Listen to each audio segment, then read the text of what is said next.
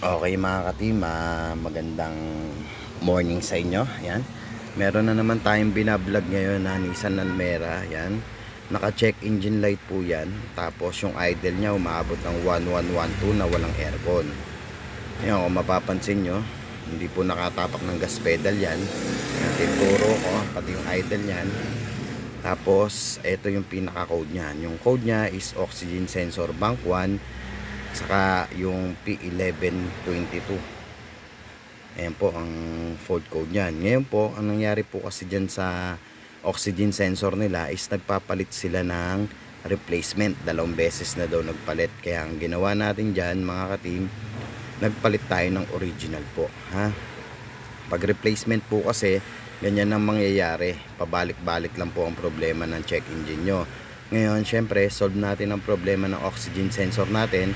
I-settle naman natin yung mismong code ng P1122 na throttle body and pedal sensor.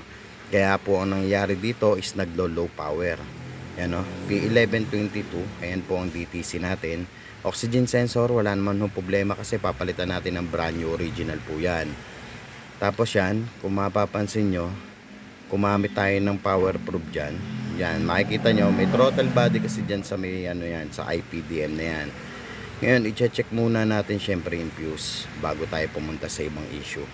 Yan, kung mapapansin nyo, tinuro ko dyan yung fuse. Yan, number 15 amps. Tapos chinek natin kung buo siya. Ayan, buo naman siya. Meron naman po siya. Ibig sabihin may 12 volts naman po siya. Ayan, ibig sabihin okay po yan. Ngayon, ang ginawa ko dyan mga ka-team, binaklas ko yung throttle body. Kasi nga ho, napakataas ng minor at naglo-low power po talaga. Minsan pag tumapa ka ng gas pedal, nawawala yung power niya. Ayan, ngayon, chinek ko yung pedal sensor na yan. Hindi ko na napakita kung paano ko chinek yan. Ang ginawa ko na lang basta dyan, tinanggal ko na lang yung throttle body. Ayun, ang napansin natin dyan mga ka-team. Yung unang gumawa ng mekaniko, nag-adjust ng idle doon sa throttle body. May adjustment kasi yan, pero dapat hindi natin ginagalaw yan mga ka-team. Yan, ang ginawa ko dyan, binaklas natin. Ibabalik natin yung dating setting ng adjust ng throttle body niyan. Tapos, i-check na rin natin yung throttle body actuator. Kasi pag hindi na gumagana ang throttle body actuator, ang mangyayari po niyan mga ka-team, kahit ano pong tapak mo ng gas pedal, hindi po mag-o-open. Kaya maglo-low power po. Pero dahil naman ito, maayos naman siya, nawawalan lang ng power at mataas yung idle, ibabalik natin sa tamang setting, yung pinaka-adjustment niya. Kasi nga ho, ginalaw po ng iba nating mekaniko yan, na hindi siguro alam, siguro ho, mataas ang idle, namamatayan daw, o hindi natin alam kung anong dahilan kung bakit niya in-adjust. Yan, binalik natin dyan mga ka-team niya. Kung mapapansin nyo, binaklas ko na yan. Ayan, ayun yung mga gear nyan sa ibabaw. Tapos kailangan natin ibalik sa dati yung pinaka-adjustment ng throttle body para gumanda yung idle. Yan mga ka-team, kailangan natin ibalik sa dati yan. Yan, kung mapapansin nyo mga ka-team, pinalik ko muna ibang sakit kasi nahuhugot Kaya ang ginawa ko dyan, inaayos ko lang yan. Yan, tapos ang pagkabalik ko niyan, papakita ko naman sa inyo kung paano ko binaklas yung yung throttle actuator. Kasi itetest natin yan kung gumagana pa po siya. Kung hindi na gumana ho yan, possible po ang mangyayari kahit anong tapak nyo ng gas pedal is wala pong response ang throttle body natin. Walang ka-power. Medyo mahaba nga lang yung aking video dyan mga ka-team. Hindi na ako nag-cut. Mahilig pa naman ako sa mga cut na ganyan. Basta panoorin nyo na lang po kung paano ko ginagawa yan. Yan, iniikot-ikot ko na yan para may adjust ko ng maayos yung pinaka-throttle body nya. Ayan. Ako nga pala mga ka-team, maraming salamat po pala sa mga nanonood sa amin sa Team Danos Auto Repair Shop. Yan, nagbibigay kami ng mga DIY tips sa inyo para naman po matuto kayo. Kung malayo kayo, hindi man po kayo makapunta sa amin, pinapakita namin kung paano namin ginagawa yung mga troubleshooting dito. Yan, kung mapapansin nyo mga ka-team, ina-adjust ko na uli sa dating setting yan. Yung pinaka niyan, yung pinaka setting ng sa ina-adjust sa throttle body sa idle. na dapat hindi nyo po ginagalaw yan kasi naka-standby na po yan. Yan, tinuturo ko yung throttle actuator dyan mga ka-team. Kung mapapansin nyo, babaklasin ko yan para makita natin kung ang throttle actuator natin is gumagana o hindi. Yan, ito lang, nagko-konting adjust pa naman ako dyan kasi para makuha natin yung tamang adjust ng ano. Tapos yan, binalik ko yung gear na trinay kong binalik yung gear dyan, tapos inopen ko yung pinaka throttle body natin, yung butterfly natin, kung maayos siya nagpa-function. And open ko yan, okay naman, wala naman problema. Syempre dahil nagbaklas na tayo, check natin yung throttle actuator natin dyan. Ayan, ang sasakyan po na ginagawa natin is Nissan Almera po mga ka-team ha. Yan po ang ginagawa natin, tinuturo po natin yung paggagawa na yan para naman sa ganon is may nalalaman po kayo, lalo na pag mga owner po kayo ng mga sasakyan ng Nissan Almera, para makakuha man kayo ng idea sa amin. Yung ginamit ko dyan is flat screw, pwede rin Phillips screw kasi may pahaba siya. Phillips screw ang ginamit ko para mas maganda, hindi mabilog yung pinaka tornilyo natin. Yan, tinanggal ko na yan yung sa throttle actuator. Kung mapapansin nyo, inikot-ikot na natin yan. Yan po. Tapos sisikwatin lang po natin yan.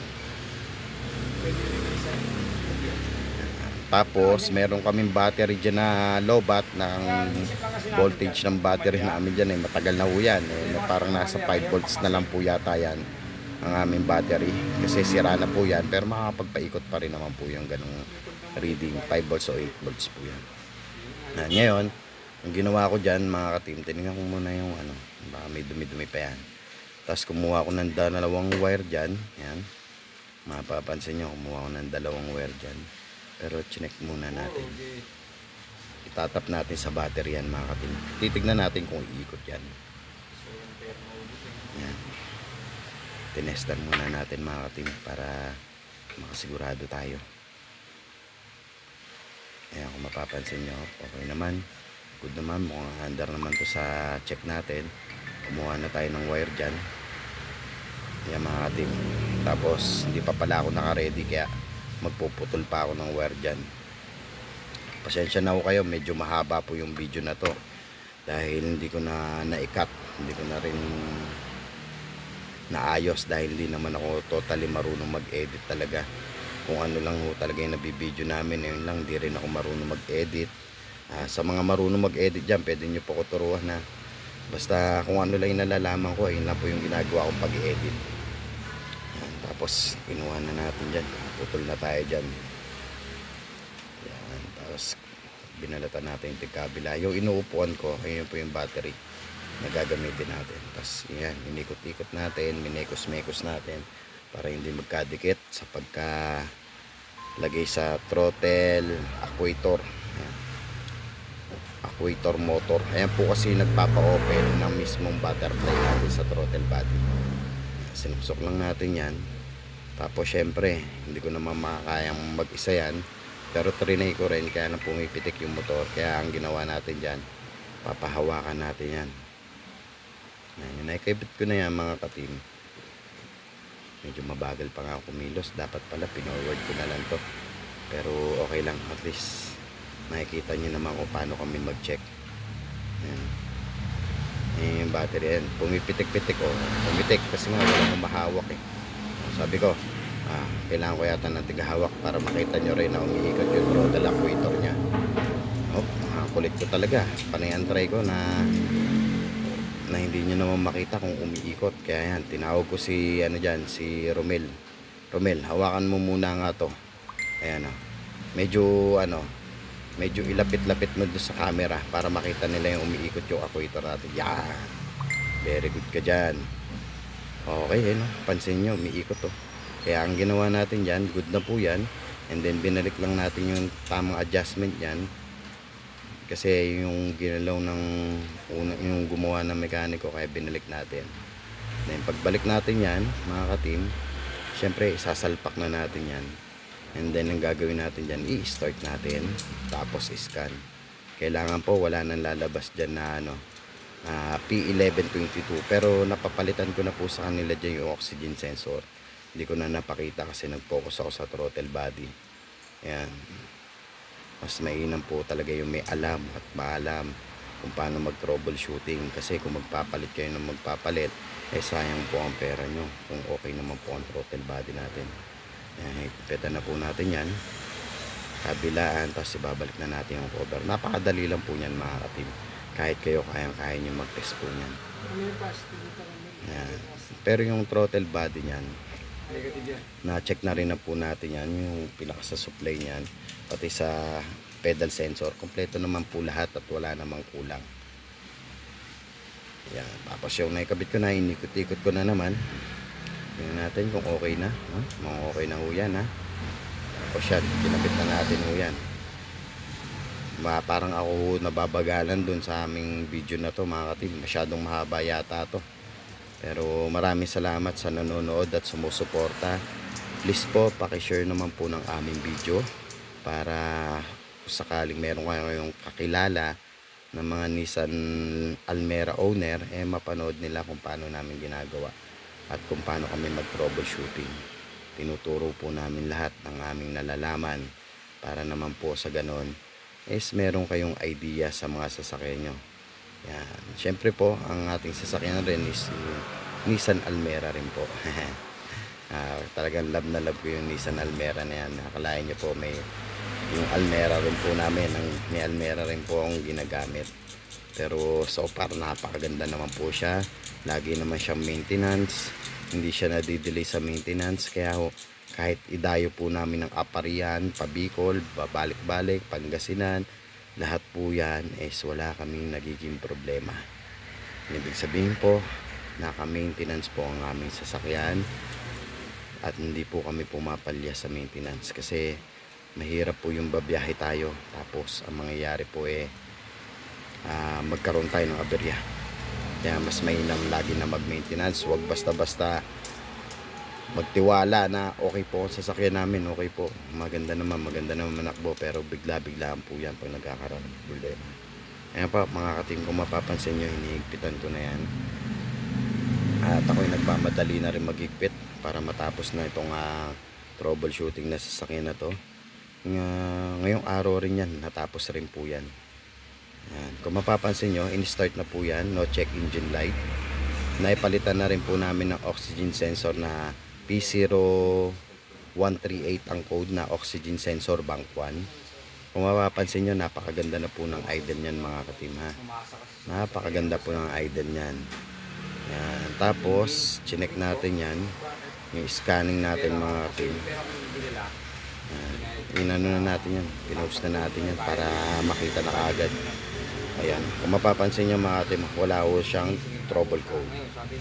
Ayan mga katim, at maraming salamat mga katim sa patuloy niyong pagsuporta sa aming Team Danos Auto Repair Shop.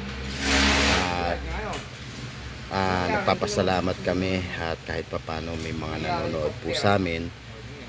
Thank you po sa lahat na nagko-comment, lalo na po sa mga nag-share ng aming video. Maraming salamat po mga katim, ha. Dahil po sa inyo na monetize po ang aming Team Danos Auto Repair Shop. Okay mga katim, hanggang dito na lang siguro ang aming video. Salamat po ulit at napakabait nyo po sa aming Team Danos at sa aming pag-subscribe. Please po, ang gawin nyo po mga katim is pa-share po ng video. Ito po yung oxygen sensor bank 1 na pinalitan namin, na replacement po yan ang ginamit, kaya hindi po nawawala yung error code niya na P0138. Okay mga team, Team Danos Auto Repair Shop po kami. Located po kami sa Imos, Malagasang 2D.